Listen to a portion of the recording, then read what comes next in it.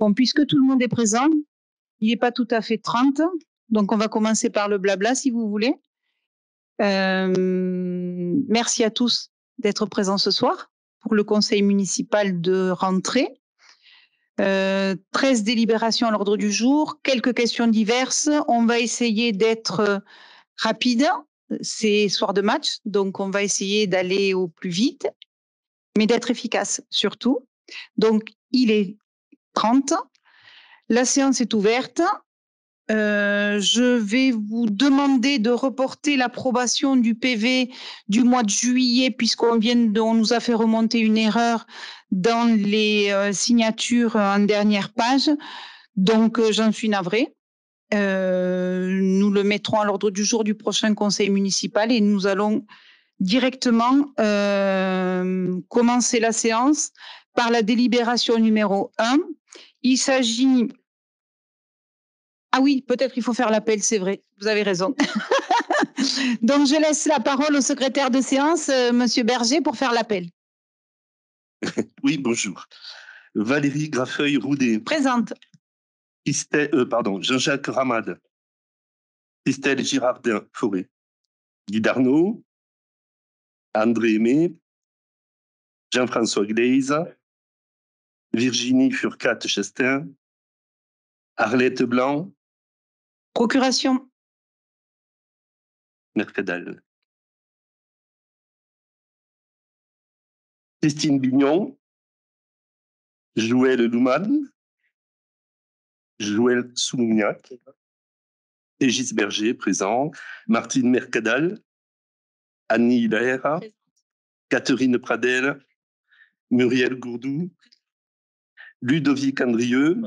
Jean-Marc Bouvier. Christophe Colombiès. Julien Sidobre. Muriel Pinault. Procuration. Oui.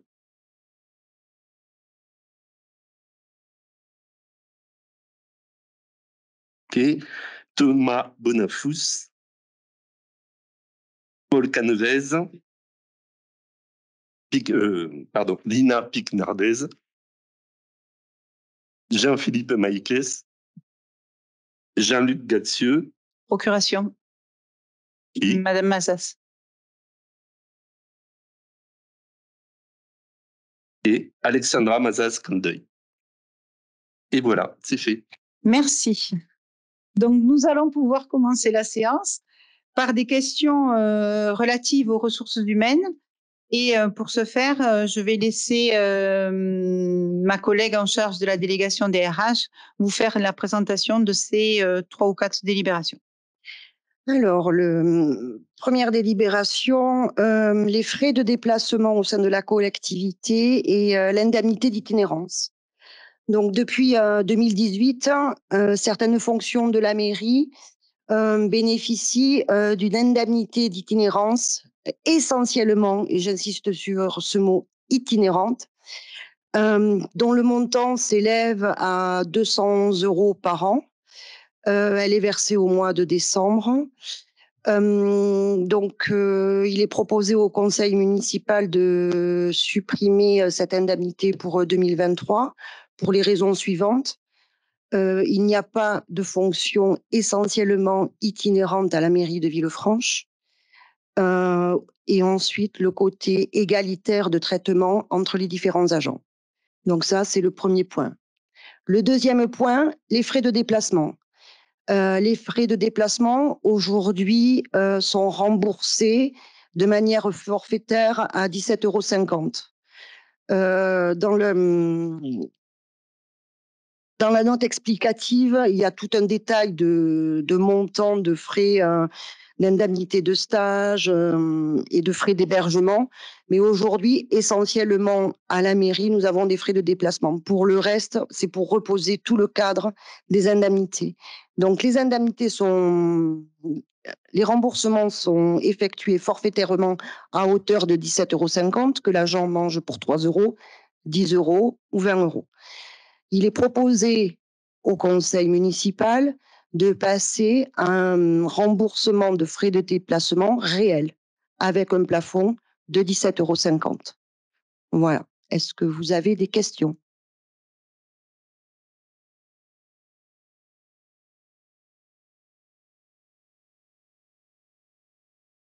n'y a pas de questions, je le soumets à votre approbation. Qui s'abstient?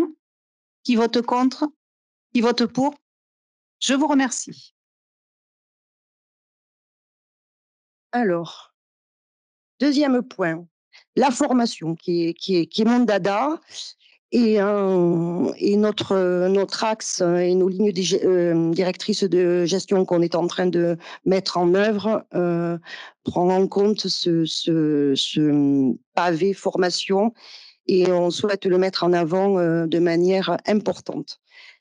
Alors, le compte personnel d'activité regroupe, à vrai dire, deux comptes. Qu'est-ce que c'est qu'un compte personnel d'activité?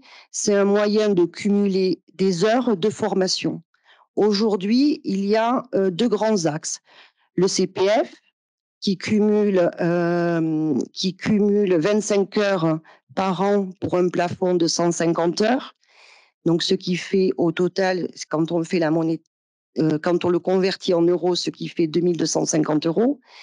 Et ensuite, il y a le compte d'engagement citoyen qui a un volume de 60 heures maximum, c'est-à-dire 20 heures par an. Le montant total du compte d'engagement citoyen s'élève à 720 euros. Aujourd'hui, les agents n'utilisaient pas ou très peu le CPF. Pourtant, c'est d'actualité. On peut le voir avec tous les faux SMS que l'on reçoit sur notre téléphone, CPF, activez votre CPF. Et c'est un moyen pour l'agent d'acquérir des compétences complémentaires pour avoir des projets professionnels éventuellement. Et ça, c'est au titre du CPF. Au titre du CEC, ça concerne tout ce qui est volontariat. Par exemple, une formation de pompier volontaire peut être prise dans le compte du compte d'engagement citoyen. Donc, on a posé ces bases pour être clair sur le sujet, mais ça c'est à titre informatif. Est mis en place depuis quelques mois au sein de la mairie un flash RH que reçoivent les agents et un des prochains flash RH concernera le compte personnel d'activité parce qu'aujourd'hui nous avons des agents qui ne savent pas aller chercher l'information. Donc, on va essayer de faire un petit résumé où aller chercher l'information, comment mobiliser une formation, quelles sont les démarches à faire, bien entendu avec comme support le service des ressources humaines. Voilà. Des questions? Des remarques? Je soumets à votre vote. Qui s'abstient? Qui vote contre? Qui vote pour? Je vous remercie.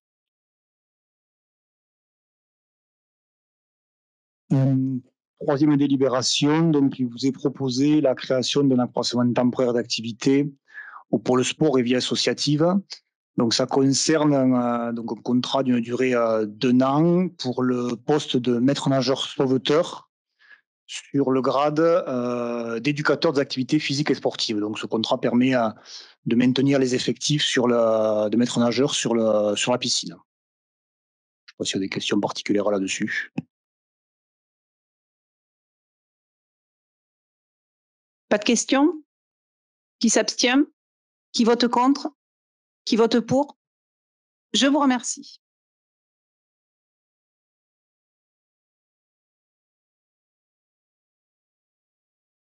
Alors, délibération suivante, les conditions d'attribution des titres restaurants. Au sein de la collectivité, il y a des titres restaurants depuis juillet 2022. Simplement, rien n'avait été acté formellement, donc d'où cette délibération. Alors, un titre restaurant, quand est-ce qu'on l'attribue? Il faut travailler le matin, travailler l'après-midi, et donc c'est le moment de la pause où on peut aller manger avec ce titre. Si on est à temps partiel, bien entendu, on ne l'a pas les jours où on ne travaille pas. Si on est en congé, on ne l'a pas non plus. Si on fait, pour revenir à la première délibération, un remboursement de frais de déplacement de repas, il n'y a pas maintien du ticket restaurant. C'est pas de notre ressort, c'est le côté URSSAF qui nous impose ça. Donc, on est redressable sinon sur le sujet. Ça, c'est la première chose. Au niveau de la valeur du ticket, actuellement, la valeur du ticket, elle est à 6 €. Légalement, on pouvait faire 50-50 ou 40-60. C'est-à-dire 50% le salarié paie le ticket restaurant, 50% l'employeur paie le ticket restaurant.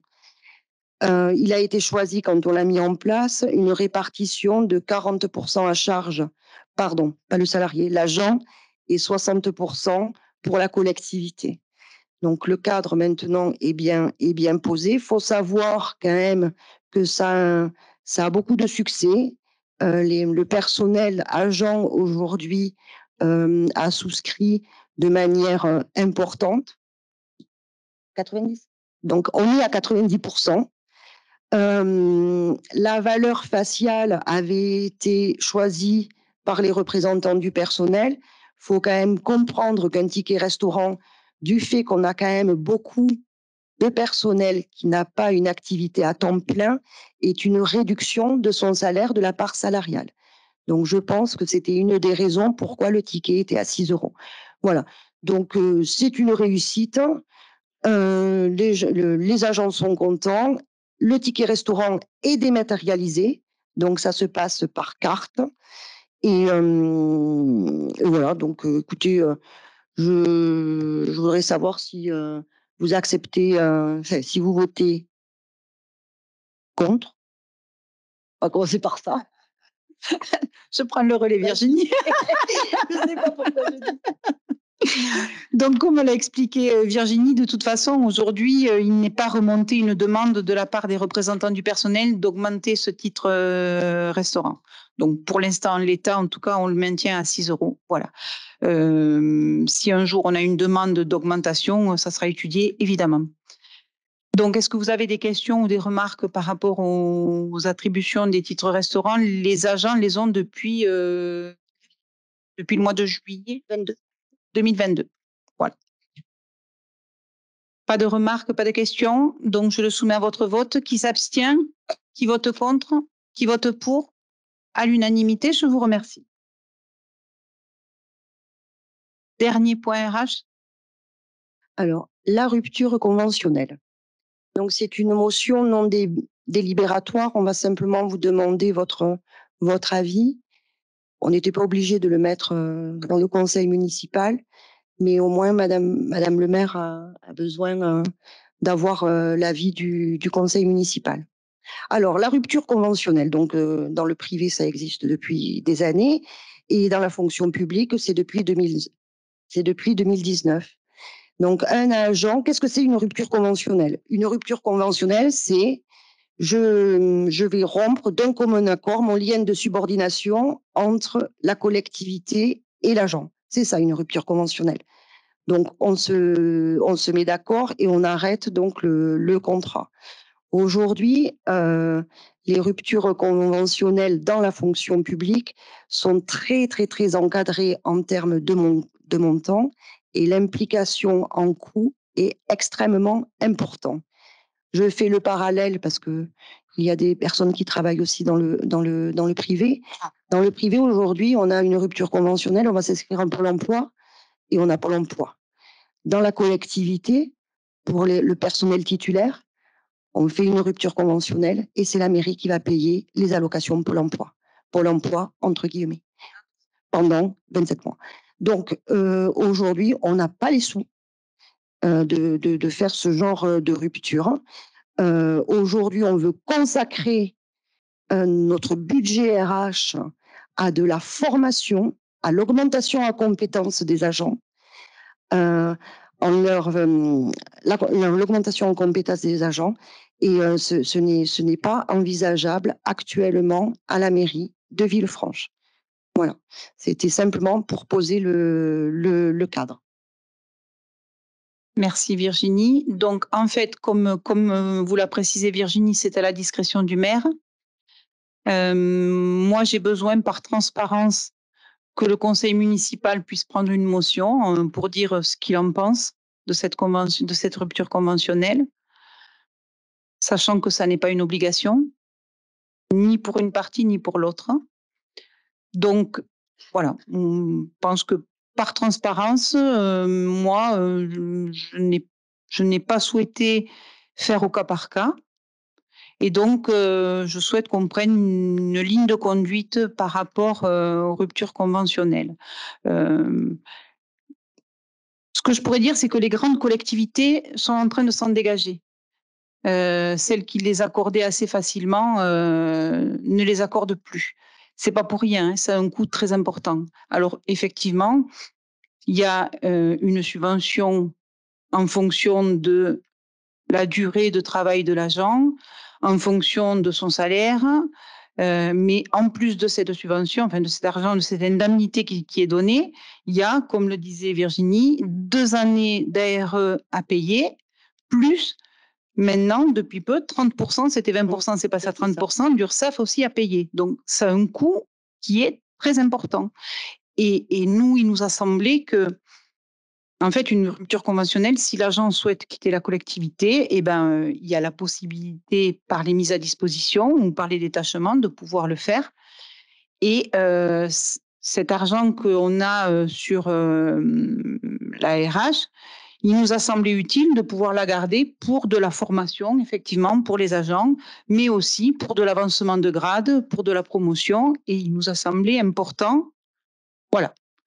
Ça se discute après, mais en tout cas, c'est le point de vue qu'on vous propose. Voilà. Donc, est-ce que vous avez des questions ou des remarques ou, voilà, par rapport à ce sujet? Donc, je le soumets à votre vote. À votre avis, pardon. Oui, c'est vrai. À votre avis. Donc, sachant que l'avis est de ne pas accorder de rupture conventionnelle dans le cadre de la mairie de Villefranche. Donc, je le soumets à votre avis puisque c'est une motion. Donc, qui souhaite s'abstenir? Qui souhaite voter contre? Qui souhaite voter pour? À l'unanimité, et je vous en remercie. Donc, nous changeons de thématique. Et les sujets RH étant épuisés pour ce soir, nous passons aux finances. Très bien. Donc, première délibération en finance, c'est l'attribution du marché donc, de fioul et de gazole non routier. Donc, il y a encore pas mal de bâtiments qui fonctionnent au fioul, donc notamment la piscine municipale, mais aussi tous nos autres bâtiments, la plupart. Voilà, et donc le marché est arrivé à son terme. Donc, un appel d'offres a été lancé par le service finance et le service technique. 5 candidatures ont été reçues en mairie. Donc, la commission appel d'offres les a toutes examinées. Elles sont toutes conformes. La chose particulière, c'est qu'on s'est fondé uniquement sur le prix puisque la matière première est la même.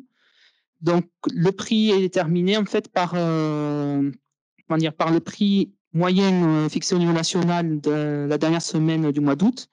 Et les entreprises qui ont postulé proposaient une remise par rapport à ce prix. Donc, vous les avez affichés sur le diaporama. Donc, une entreprise ne proposait pas de réduction, donc c'est pour ça que c'est elle qui a la note la plus basse. Donc, sur le lot 1, qui est donc le fuel, c'est Combustible 31, donc qui est basé à Nailloux, qui a l'offre économiquement la plus avantageuse. Et sur le lot 2, donc le gazole non routier pour les tracteurs, par exemple, le service technique, tout ça. Également, c'est Combustible 31 qui est le mieux offrant. Donc, la commission appel d'offres a souhaité vous propose d'attribuer ces 2 lots à Combustible 31, qui était le prestataire actuel. Oui. Question. On vote un niveau de remise, sachant qu'ensuite il y a des indexations hebdomadaires, mensuelles, quand on réapprovisionne. Le prix, il change tout le temps. On ne vote pas un niveau de prix, on est d'accord, hein? On acte en fait là. Un niveau de remise. Voilà. D'accord. Sachant qu'on part sur un volume de 110 000 litres de fuel domestique ordinaire, 100 000 litres supérieurs. Et en gazole non routier, on est à 10 000 de normal et 5 000 de supérieur. Et ça devrait couvrir à peu près les besoins sur 3 ans, ce qui était la durée de l'appel d'offres d'avant. En espérant qu'après, on fasse des travaux de rénovation. Pour rénover énergétiquement tous nos bâtiments. Mais là, pour l'instant, en tout cas, suite à la CAO, on vous demande du coup d'approuver le rapport de la CAO et de retenir l'offre la mieux disante, c'est-à-dire combustible 31. Est-ce que vous avez des remarques ou des questions? Je le soumets à votre vote. Qui s'abstient? Qui vote contre? Qui vote pour? Je vous remercie. Alors, la délibération qui est assez importante puisqu'elle n'a pas été faite depuis 2008, alors qu'elle doit être faite chaque année. En quelque sorte, c'est quand on émet un titre de recette, c'est la trésorerie qui est chargée du recouvrement. Et il arrive parfois qu'il n'arrive pas à recouvrer les sommes qui sont dues à la mairie. Donc, au bout de 4 ans, aucune poursuite n'est plus possible et il faut admettre en non-valeur, c'est-à-dire que on annule en quelque sorte le titre et c'est une dépense de fonctionnement pour la mairie. Donc, c'est assez embêtant puisque ce sont des sommes qui auraient pu être créées à d'autres actions et qu'on est obligé de mettre là-dedans. Donc, le trésorier, donc Monsieur Brière de Revel, nous a adressé la liste. Donc, il vous a été adressé avec la convocation. Donc, il y en a pour 26 784 €. Donc, ça concerne 2008 à 2017. Donc, ça concerne essentiellement des titres liés à la cantine et la garderie, mais aussi des taxes sur la publicité extérieure des commerces ou des recettes de piscine aussi qui n'avaient pas été payées. On a demandé à retirer de la liste les sommes qui étaient dues par les collectivités territoriales, parce qu'il existe d'autres moyens de recouvrer et on va refaire le point avec le trésorier. Mais après, comme on a dépassé les 4 ans et que rien n'avait été suivi avant, c'est très compliqué de retrouver ces sommes. Donc, voilà, donc vous avez eu les détails avec la convocation. Sachant que pour l'avenir, on a demandé au service finance de mieux suivre le recouvrement et la trésorerie, le nouveau trésorier est aussi très attentif à cela. Et après aussi, on va mettre les travailleurs sociaux du CCAS aussi dessus, puisque ça concerne notamment de la cantine et des familles, donc c'est peut-être pas le moyen de faire tout un travail pour éviter d'arriver à des situations après effet boule de neige, que les familles ne peuvent pas honorer les paiements et qu'on soit obligés, nous, après, d'annuler les sommes. Donc là, il y a 26 000 € sur cette période. Après, on le fera chaque année et normalement, les sommes seront beaucoup plus faibles. Voilà, à part s'il y a des questions. Des questions, des remarques? Donc, il s'agit, vous l'avez compris, de mettre en non-valeur les crédits du compte 6541 pour un montant de 26 784,24 € qui concerne les années 2008 à 2017. Voilà. Est-ce qu'il y a des abstentions? Des votes contre? Des votes pour? Je vous remercie. Donc, à nouveau, décision modificative. Donc, comme on commence à y être habitué, ce sont encore les travaux de déconstruction du 127 rue de la République et du mur mitoyen entre le 125 et le 127. Donc, vous savez, c'est une opération particulière pour compte de tiers. Là, on est en période de contentieuse, donc pour recouvrer des sommes, mais aussi tout l'aspect juridique. Donc, pour récupérer les fonds, mais aussi, donc, vous voyez, des frais d'avocat, d'huissier, d'expertise. On vous propose d'adopter une DM donc, sur ce chapitre, cette opération, donc rajouter 60 000 € de recettes.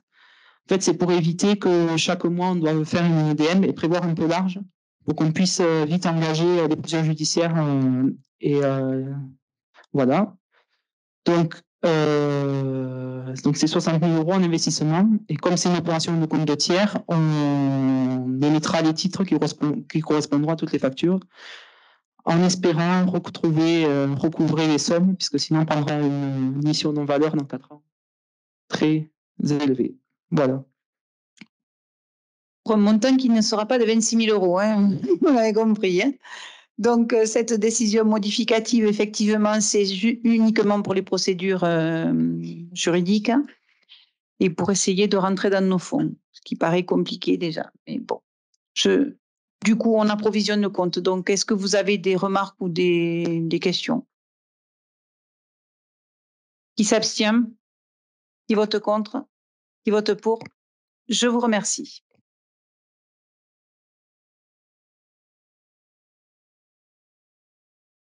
Donc, dernière délibération finance, dégâts d'orage. Donc, c'est au mois de juin, vous devez vous en rappeler, il y avait de forts orages sur la collectivité, notamment chemin du Tracas et rue Fontaine-le-Barreau. Donc, il y a des travaux à réaliser, donc de 4 474 €. Donc, on peut être bénéficiaire d'une subvention du conseil départemental via l'intercommunalité. Donc, il vous est proposé de demander ce fonds de concours. Et donc, théoriquement, le reste à charge pour la commune de ces travaux ne va être que de 1 202 €. Bon, vous l'avez compris, c'est une subvention pour nous autoriser à demander des financements. Hein, donc, je ne pense pas que quelqu'un vote contre. Les travaux ont été faits quand il y a eu les orages. Nous étions avec Jean-François Glaise et Jean-Jacques Ramade, tous les trois sur place. C'était quand même assez impressionnant. Hein, donc, voilà. Donc là, on a sécurisé, c'est fait. Et on vous demande de m'autoriser à réclamer le plus de subventions possible auprès du département et auprès de la communauté de communes. Des remarques, des questions? Non. Donc, qui s'abstient? Qui vote contre? Qui vote pour? Je vous remercie. Changement de thématique, nous passons au sport et à la vie associative. Thomas? Merci. Donc en avril, nous avons voté lors d'un conseil municipal les subventions pour les associations. Donc pour rappel, lorsqu'on vote les subventions, il y a 3 types de subventions: subvention de fonctionnement, subvention de projet, subvention de transport. Le comité des fêtes permanent, lorsqu'il a monté le dossier pour les subventions, a demandé une subvention de projet. Ils se rendent compte qu'ils sont plantés en fait sur le montage du dossier, et ils nous demandent de modifier le dossier en pensant la subvention à une subvention de fonctionnement. Donc le montant reste le même, on était à 18 000 €, mais ils souhaitent maintenant passer donc en subvention de fonctionnement, ce qui lui permet de fonctionner beaucoup plus facilement et d'avoir les crédits disponibles de suite pour les différentes manifestations. Voilà, donc c'est un simple changement d'affectation de subvention. À leur demande, bien sûr. À leur demande, oui. Est-ce que vous avez des questions? Des remarques? Qui s'abstient? Qui vote contre? Qui vote pour? Je vous remercie. Donc, voilà. Donc, tarification concernant la piscine municipale, on s'est retrouvé cet été confronté à de grosses chaleurs au mois d'août. Madame le maire avait souhaité rendre l'accès à la piscine gratuit pendant la canicule, sauf qu'aujourd'hui, on ne peut pas, puisque la délibération qui fixe les montants, les tarifs de la piscine ne permettent pas de pouvoir prévoir l'entrée gratuite à la piscine. Donc, ce qu'on vous propose, c'est une délibération de principe et d'autoriser Madame le maire, lors de futurs épisodes de canicule, de permettre d'avoir l'entrée gratuite à la piscine municipale. Voilà, je ne sais pas s'il y a des questions particulières là-dessus. C'est pas une obligation, mais c'est en cas de canicule orange et rouge de pouvoir décider du jour au lendemain de la gratuité de la piscine et pouvoir amener un peu de fraîcheur parce que parfois c'est difficile. Voilà. Et c'est vrai que cet été on a été confronté à ça. Ça m'a gêné, mais bon. C'est comme ça, d'autres choses ont été mises en place, mais en tout cas, c'est bien de pouvoir avoir cette délibération et de pouvoir le faire au pied levé quand on en aura besoin. On sera prêt pour l'été prochain, si jamais ça se reproduit. Exactement. On réfléchit aussi aux amplitudes horaires et à tout ce qui peut permettre, en dehors de la gratuité, de pouvoir se rafraîchir et faire rafraîchir les Villefranchois. Des remarques ou des questions? Donc, qui s'abstient? Qui vote contre? Qui vote pour? Je vous remercie.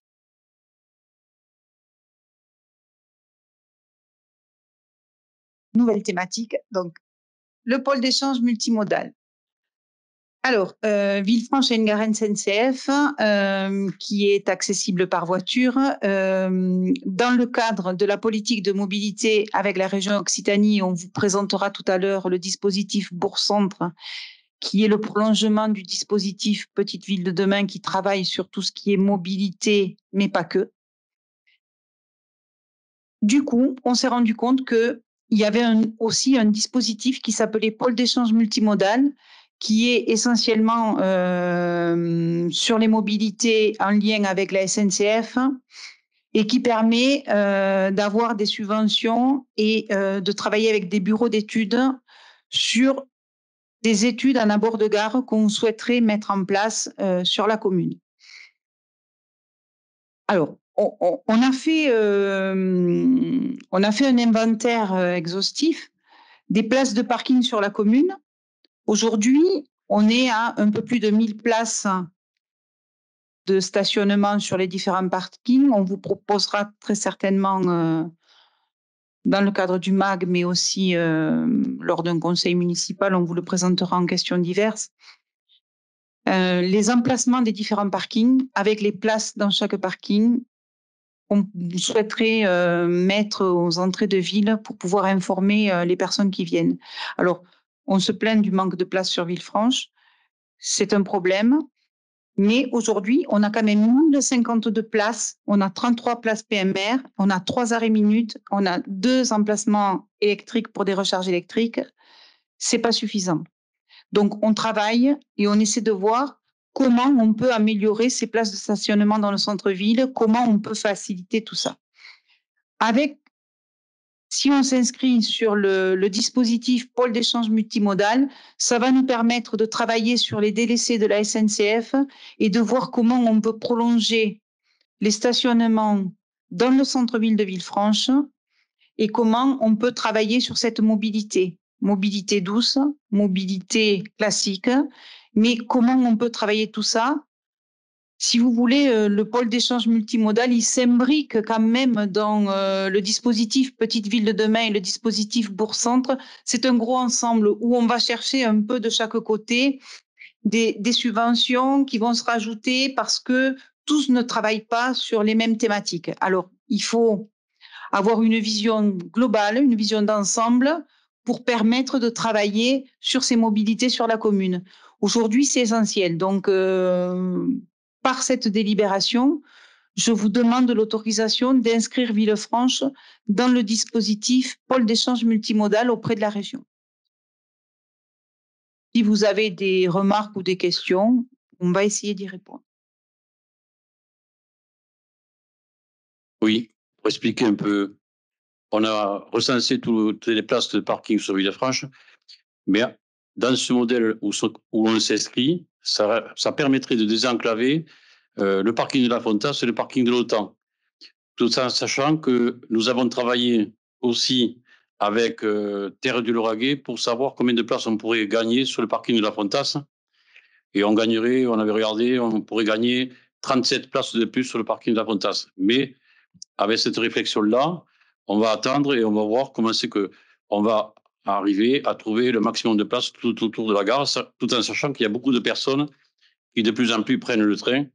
Donc c'est pour ça qu'on s'inscrit Madame le maire s'inscrit dans cette démarche-là.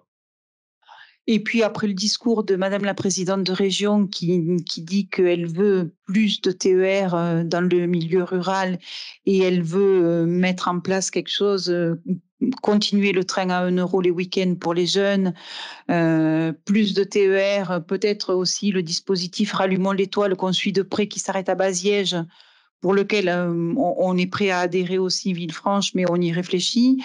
Donc si vous voulez, avec plus de trains, donc moins de retard, moins de grève peut-être, et du coup plus de facilité avec le train. Ça nous permet de vouloir étoffer un peu ce pôle d'échange qui nous semble quand même important parce qu'il est peu onéreux et ici, en milieu rural, on a besoin d'utiliser le train et de limiter les déplacements à Toulouse en voiture. le bus de moins en moins fréquenté. Donc aujourd'hui, ça paraît être le lieu de transport qui va à l'avenir être un des plus utilisés. Donc autant nous équiper le plus tôt possible et équiper la commune le plus tôt possible. Voilà. Après, moi, je ne vous garantis pas qu'il n'y aura pas de grève et que tous les trains passeront à l'heure. Hein. Je n'ai pas cette compétence-là. Hein.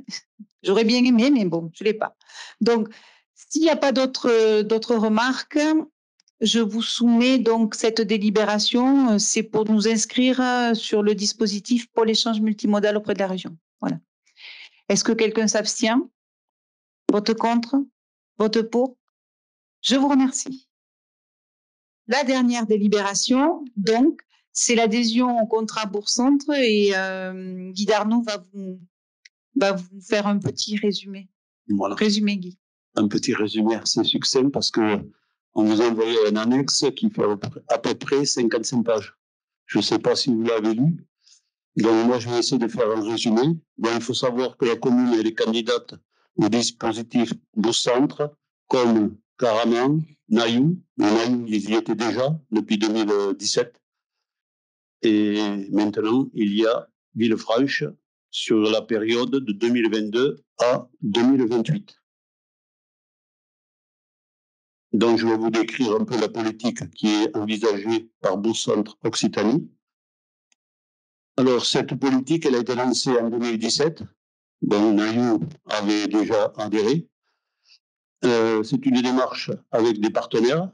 Donc, les différents partenaires seront les EPCI, le PETR, le département et la région.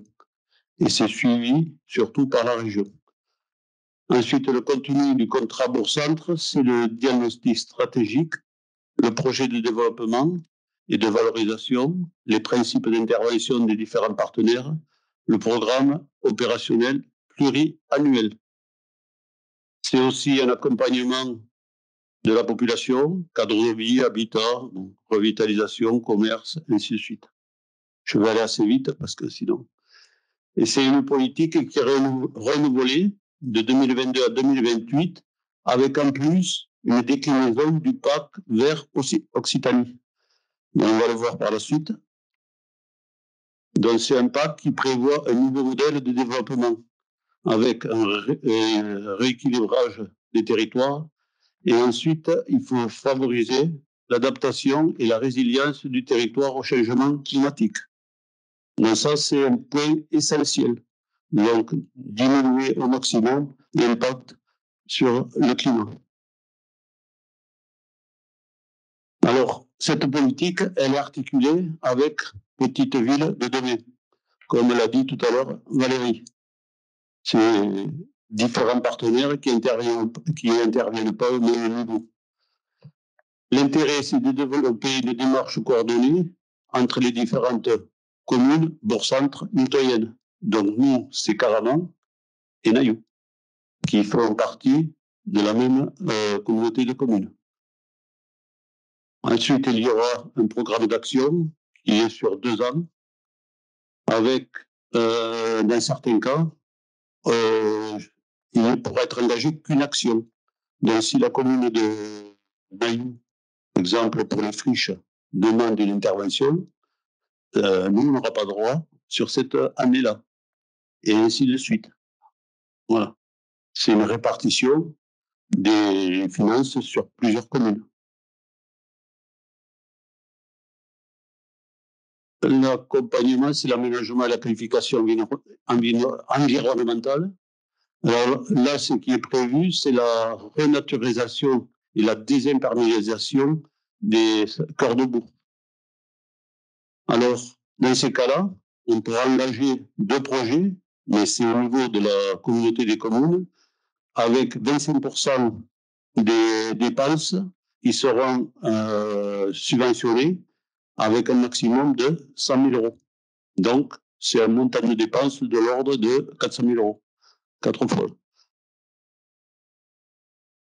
Alors, au niveau du territoire du Lauragais, bon, les 3 communes, vous les connaissez, je pense, Caraman, Villefranche et Naïou, qui sont rattachées au PTR. Alors maintenant, je vais vous parler de Villefranche. Donc, au niveau des habitants, il y a pas loin de 5 000 habitants. C'est une commune qui est bassin de vie. Elle est pôle d'équilibre et économique, structurant au niveau du SCOT. Et il faut savoir que le SCOT, il va être révisé. Donc, la commune est lauréate à PVD, c'est en cours de signature. Il reste la région qui doit signer et ensuite la préfecture et les partenaires. Le conseil départemental a signé, qu'est-ce qu'il y a d'autre? Le POTR, les communes et ainsi de suite. C'est en cours de validation. Alors, les atouts de la commune de Villefranche, c'est le positionnement géographique dans l'aire de la métropole, les différentes infrastructures, gares, autoroutes. Bon, on est bien placé, canal du Midi. On est pas loin de la montagne aussi et de la mer. Des tendances démographiques fortes, communes attractives, un environnement préservé, un cadre de vie de qualité. Bon, c'est une Bastide.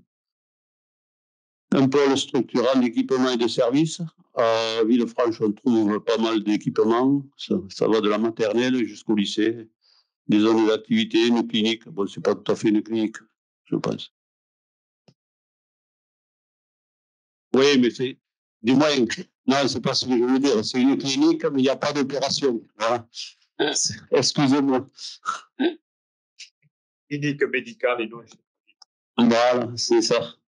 Un territoire dynamique. Alors, au niveau des faiblesses, un parc de logements vieillissant, bien qu'il y ait pas mal de bâtiments qui sont en cours de rénovation. Manque de logements ou de diversité dans l'offre. Typologie de logement, il manque souvent des T2, des T3. Vacances commerciales, forte dépendance à la voiture, corps de bourg traversé par une route départementale, trafic important. Et ensuite, il y a les transports hors gabarit aussi, qui interviennent. Alors, peu ou pas de lien entre le cœur de ville et les zones de vie, lotissement, ZAE, clinique communée. Et dernier point, Bastide très minéralisé. Alors, les trois enjeux majeurs, c'est repenser la circulation. Donc, ça, on en avait parlé dans PVD plutôt. Penser des lieux multifonctionnels pour animer et faire vivre la commune. Améliorer le patrimoine villefranchois et favoriser la végétalisation. Ça aussi, c'est des domaines qui a été présenté dans PVD. Et après, ensuite, trois défis majeurs, trois défis qui sont valables pour les trois communes.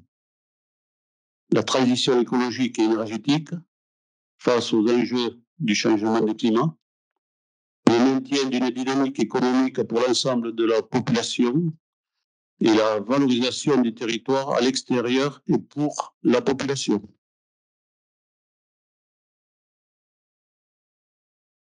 Le projet de développement et la valorisation, trois axes.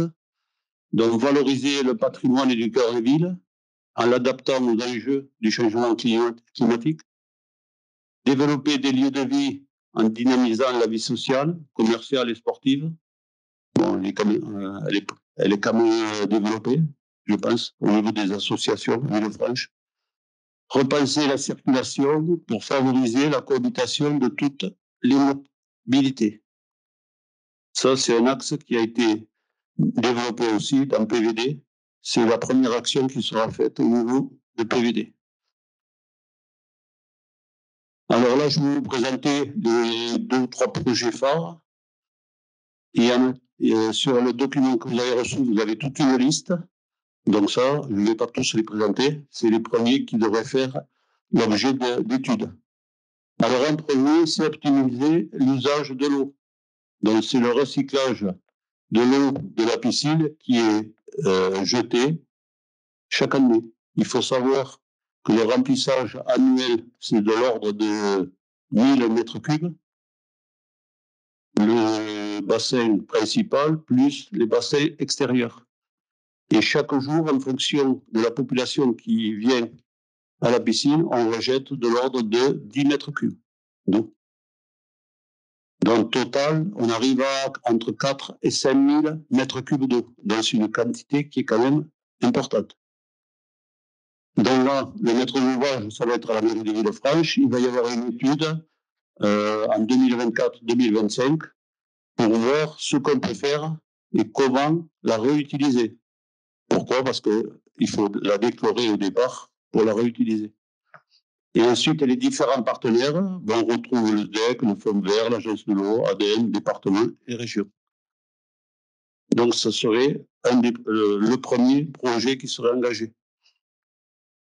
Ensuite, c'est la même chose, je n'ai pas avancé moi, parce que je lis sur le biais. Lutter contre les locaux commerciaux vacants. Donc là, il y aura une réflexion qui sera faite entre 2024 et 2026 avec les différents partenaires et les financeurs, propriétaires des locaux, régions, et ainsi de suite. Donc il faudra voir aussi les propriétaires, parce que souvent le problème, c'est que les loyers sont quand même assez importants. Voilà. Et peut-être il pourrait être mis en place des boutiques éphémères pour utiliser les locaux qui sont pas utilisés, des boutiques à laisser et à un certain moment faire des événements pour essayer d'animer au maximum le centre-ville. Donc quelques commerces ont rouvert à l'heure actuelle. Autre projet phare, c'est celui de l'étude globale sur les mobilités. C'est ce qui est prévu au niveau de PVD et de Bourg-Centre. Ça sera la première action qui va être engagée. Donc là, c'est le stade, c'est qu'on va lancer une étude pour faire une étude globale de toute la circulation, mobilité douce, véhicules, poids lourds, piétons, et ainsi de suite. Avec la liaison entre la clinique Meunier et le canal du Midi. Et aussi autour de la gare. Alors, dans ce cas-là, c'est la valorisation du secteur de la gare. C'est ce qui a été évoqué tout à l'heure, avec la mise en place d'un pôle d'échange multimodaux. C'est ce qui a été décidé tout à l'heure, PEM. Voilà les 3 dossiers phares qui sont prévus en priorité. Le rétroplanning. Bon, il faut savoir que la commune de Nayout, c'est le 18-9 qui a validé. La commune de Caraman et Villefranche, c'est aujourd'hui. Ensuite, Terre de l'Oraguet, ce sera le 26, donc très prochainement. Et la validation par la région se fera le 20-10-2023. Voilà. Donc là, c'est une présentation succincte. Tous les détails, vous les avez dans le document que vous avez reçu en annexe. Voilà, je suis là assez vite, vu Merci, les conditions. Oui. Merci pour cette présentation très complète du dispositif Bourg-Centre. Les quelques fiches actions que tu as présentées, en tout cas, c'est trois de ces fiches actions qui ont été présentées, sont des exemples. Alors, la piscine prioritaire, parce que l'eau, c'est quelque chose qui est très d'actualité, qui nous tient à cœur quand même, nous, à la commune de Villefranche. Mais sur combien de fiches actions? Le nombre exact, je n'ai pas en tête, mais au moins une trentaine? Oui, pas loin. Une trentaine de fiches actions, donc vous en avez présenté 3. Il n'y a pas de degré de priorité les unes avec les autres, ça va être travaillé, et comme l'a dit Guy en préambule, ça va être travaillé avec les communes qui sont sur ce même dispositif que nous, c'est-à-dire Caraman et Nayout. Bon, vous l'aurez compris, il n'y a pas d'anarchie, hein. On s'entend très bien avec Nayout et Caraman, et suivant les thématiques qui seront choisies, les uns passeront, les autres après. Il y a aucun problème avec ça, et il n'y aura pas de querelle sur la priorité des thématiques qui seront privilégiées dans ces fiches actions. On en a plus d'une trentaine, le temps qu'on les passe toutes, on a du temps. Nous, on va les prioriser quand même. Mais elles sont déjà priorisées. La mobilité, normalement, c'est le premier motif. Mobilité en un, végétalisation, et ça nous semblait être ce qui était le plus important et dans l'air du temps. Voilà. Donc, il vous a présenté ce dispositif. Si vous avez des remarques ou des questions, je pense que, est-ce que le dossier a été envoyé à tout le monde? Oui, donc vous avez tous reçu ce dossier. Si vous avez besoin de renseignements complémentaires, on est à votre disposition, donc n'hésitez pas. Hein, toutes questions sont les bienvenues. Au contraire, c'est comme ça qu'on avance. Donc, voilà. Est-ce que vous avez des remarques ou des questions? Pas de remarques ni de questions. Donc, je le soumets à votre vote. Qui s'abstient? Qui vote contre? Qui vote pour? Je vous remercie. Donc, nous avons épuisé toutes les délibérations prévues à l'ordre du jour de ce soir en temps record, je l'avoue, mais nous avons des informations complémentaires, des informations diverses qui vont se rajouter.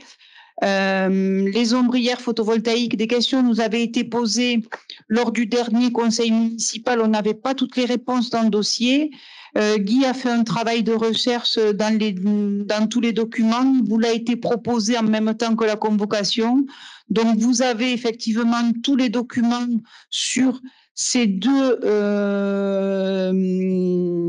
emplacements d'ombrières photovoltaïques que sont l'école maternelle, le parking de l'école maternelle et le parking des services techniques de la ville. Voilà. Est-ce que vous avez des questions ou est-ce que vous avez des remarques par rapport à ce dossier qui vous a été remis en même temps que la convocation? Si moi je pourrais parler un peu de ce graphique qui est très important. Oui, d'accord. Il faut savoir que les panneaux photovoltaïques, ils ne produisent qu'à un certain moment. Alors, exemple, janvier, février, la production est très, très, très faible. Et ensuite, ils ne produisent pas la nuit. Il faut que ce soit en période de jour. Donc, l'utilisation des photovoltaïques, c'est surtout sur 3, 4 ou 5 mois maximum. Voilà, on le voit bien sur le graphique. Mais il me l'a enlevé. Voilà. Alors, à certaines périodes, bon, il y a de l'autoconsommation, mais l'autoconsommation, elle est moindre, c'est en période d'été. Pourquoi? Parce qu'il n'y a pas de chauffage. Et c'est là où les panneaux produisent énormément. Et c'est pour ça qu'on a des taux d'autoconsommation annuelle 37%, taux d'autoproduction annuelle du bâtiment 41%. On ne dépasse jamais les 40%. En raison d'une production qui est alternative. Voilà, on peut dire alternative, c'est pas tout à fait ça. Voilà. Ça s'applique à tous les panneaux photovoltaïques? Oui, oui, oui. Ah. L'enjeu, c'est autant que faire se peut, mais on n'y peut pas grand-chose, c'est de faire coller tes périodes de consommation à tes périodes de production. Oui. Mais quand l'école est fermée, si c'est l'école, et quand effectivement tu n'as pas de chauffage, tu consommes moins. Et en janvier, c'est l'inverse. Mais bon, malheureusement, production pratiquement. C'est pour ça que quand on voit sur des articles, ça correspond à tant d'habitants, c'est une erreur totale. Ça ne veut rien dire. C'est juste pour faire. Voilà. Voilà. Prestataire pour construire ça, on a déjà choisi des entreprises. Ah oui, oui, c'est le SNEC qui s'occupe de la mise en place. Voilà. Je l'avais expliqué, bon, je ne sais pas si tu étais la dernière fois. Précision, il n'y aura pas d'arbres arrachés? Au niveau des ateliers municipaux, il n'y a pas d'arbres. Et de l'autre côté, il y aura 2 petits arbres ou 3 qui seront enlevés. Et qui seront replantés, bien entendu. Je ne sais pas s'ils seront plantés. Oui, je pense. Bon. Mais bon, ce n'est pas des arbres d'une... Hein? Pas les mêmes, hein, non, parce que la qualité de ces arbres-là, elle est quand même médiocre. D'après ce que me semble. Voilà. Et puis la surface, elle est assez réduite. C'est juste en longueur, tout le long. Voilà. Devant l'école maternelle. Par contre, là, il y a un graphique avec à peu près les mêmes critères, je pense. Voilà. C'était le même. L'autre, c'est le même. Voilà. On est dans les mêmes pourcentages. OK. Très bien. Merci pour ces explications, Guy. D'autres remarques? Juste, je voulais vous annoncer une bonne nouvelle. D'autres remarques sur les ombrières? C'était sur les- Alors, s'il n'y a pas d'autres remarques, on va passer à notre sujet. Merci, Christelle. Oui. Nous sommes au moment en pleine conception de ces ombrières. Je pense que Guy, tu as dit qu'ils avaient étudié la question et qu'ils allaient procéder maintenant peut-être à la mise en service. On n'en est pas là. Hein. Il faut savoir que pour installer des ombrières, il faut déposer un permis de construire. Et donc, un terrain, il est sous la partie ABF, dont les délais d'instruction, c'est 3 mois. Et à mon avis, ils vont instruire les deux en même temps. Donc, minimum 3 mois, il faut attendre la fin de l'année, voire début professionnel. janvier. C'est des projets à 2 ans, des choses comme ça. Ah non, pas 2 ans. Non. Début d'année 2024. Oui, ça va être plus rapide que ça dans le sens où on a déjà rencontré les ABF et ils sont déjà au courant de ces projets et donc ça prendra moins de temps. On a anticipé quand même. Parce qu'il faut l'accord du permis, et après l'entreprise va commander le matériel, et ensuite les travaux seront réalisés. OK.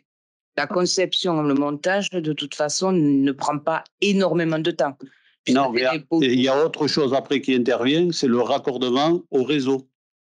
Parce qu'il y a des contrôles qui sont faits par Enedis pour éviter que lorsqu'il y a une coupure, on puisse réinjecter du courant sur le réseau. Voilà. Les risques d'électrocution. OK. Donc, c'est assez complexe et ça prend un certain temps. Mais début d'année 2024, pas avant. Hein. Merci Guy. Sujet suivant, Christelle. Et je voulais vous dire qu'au vu des bonnes relations que nous avons instaurées avec la CPAM et des très bonnes relations que Valérie a eues avec la directrice de la CPAM et au succès des permanences du vendredi après-midi, la CPAM, la direction de la CPAM, dans ses instances mardi, a décidé d'ouvrir une plage supplémentaire aux habitants de Villefranche-de-Lauragais. Donc, ce sera le vendredi de 8h30 à 12h30 et donc de 13h30 à 16h30. Voilà, sachant que quand même, on peut s'en féliciter parce que dans certaines communes, ils vont fermer les permanences. Et nous avons gagné un créneau supplémentaire. Voilà. Et ensuite, juste quand même aussi, vous avez peut-être vu commencer à voir quelques flyers pour la semaine bleue. C'est une semaine dédiée aux seniors sur Villefranche-de-Lauragais du 2 au 6 octobre. Avec des activités tous les jours et un forum intéressant. Maisonneuve fait aussi des portes ouvertes avec des activités. Ça va paraître dans la presse la semaine prochaine et on va continuer à distribuer ces flyers. Donc, si vous avez des seniors autour de vous, n'hésitez pas à les envoyer au pôle social pour les inscriptions parce que certaines activités sont sur inscription. Voilà. Merci beaucoup, Christelle. Thomas? J'aimerais très rapidement revenir sur l'incroyable succès de la fan zone autour du match France-Nouvelle-Zélande. Et j'aimerais prendre une minute pour remercier une nouvelle fois publiquement tous les partenaires de cette fan zone. Donc déjà remercier les 2 agents qui ont tenu ce projet, donc Cyril Giordano et Stéphane Méliès, qui n'ont pas compté leurs heures pour s'occuper de ce projet. J'aimerais remercier également les 4 associations qui ont tenu les buvettes, qui étaient super contente de ce projet, donc le handball, le badminton, le FCV et le touring. Et j'aimerais ici également remercier les partenaires qui nous ont accompagnés, que ce soit financièrement ou matériellement. Donc je vais me permettre de les renommer. Donc c'est le Jardin de Jade, Optique 2000, La Voie du Midi, merci Paul, la Gym avec Germaine Tremblay, la CRL, Béton Contrôle, Mérocan, Cruisil, Agritra, L'air Vert. J'aimerais également remercier donc les agents de la municipalité, les différents services, parce qu'on a sollicité tous les services de la municipalité, que ce soit le service, le pôle enfance et jeunesse, le pôle communication, le pôle technique. Merci Patrice, à toi et tes agents. Enfin, tous les pôles ont été sollicités. Donc vous remerciez également vous, collègues élus, parce que vous avez, parce qu'on vous a proposé le projet, vous avez tous tiré dans le même sens. Ça a été un vrai bonheur de bosser avec vous. Et bien évidemment, remercier les Villefranchois, les non-Villefranchois qui nous ont fait confiance et qui sont venus et nombreux lors de cet événement. Paul, je crois que tu as annoncé un chiffre quasiment de 2000 personnes dans la Voie du Midi qui a suivi l'événement. Donc, c'était un vrai succès. Je suis ravi de cette super manifestation. Voilà, merci encore. Merci Thomas. Jean-François? Oui, lundi à 17h au Square de Gaulle aura lieu une prise d'armes par la gendarmerie à l'occasion de la prise de commandement de la nouvelle chef d'escadron Léa Charbonnière. Donc, tous les élus disponibles sont invités à être présents auprès de Madame le maire lundi donc à 17h au Square de Gaulle. Merci. Eh bien, c'est ainsi. Joël, tu me montres quelque chose, mais je n'ai pas des yeux qui voient de si loin. Je te laisse le dire. Mais bon, c'est pour. Mais c'est pas à moi de le dire, c'est plutôt à Christelle, puisqu'elle est en charge. Je voudrais qu'on ait quelques nouvelles du voyage senior. Oui. Donc, c'est vrai que c'est la semaine de nos seniors. Ils sont partis à Ballaruc. Une trentaine de seniors sont partis à Ballaruc. Tout se passe bien. Ils sont ravis. Donc, je pense que nous renouvellerons l'opération l'année prochaine. Voilà. Ils rentrent vendredi et le jour de la semaine senior, d'ailleurs, au forum, il y aura des photos et il y aura un résumé de leur périple. Voilà. D'autres prises de parole? Il faut se féliciter aussi des Journées du patrimoine qui ont eu un vif succès sur la commune le week-end dernier.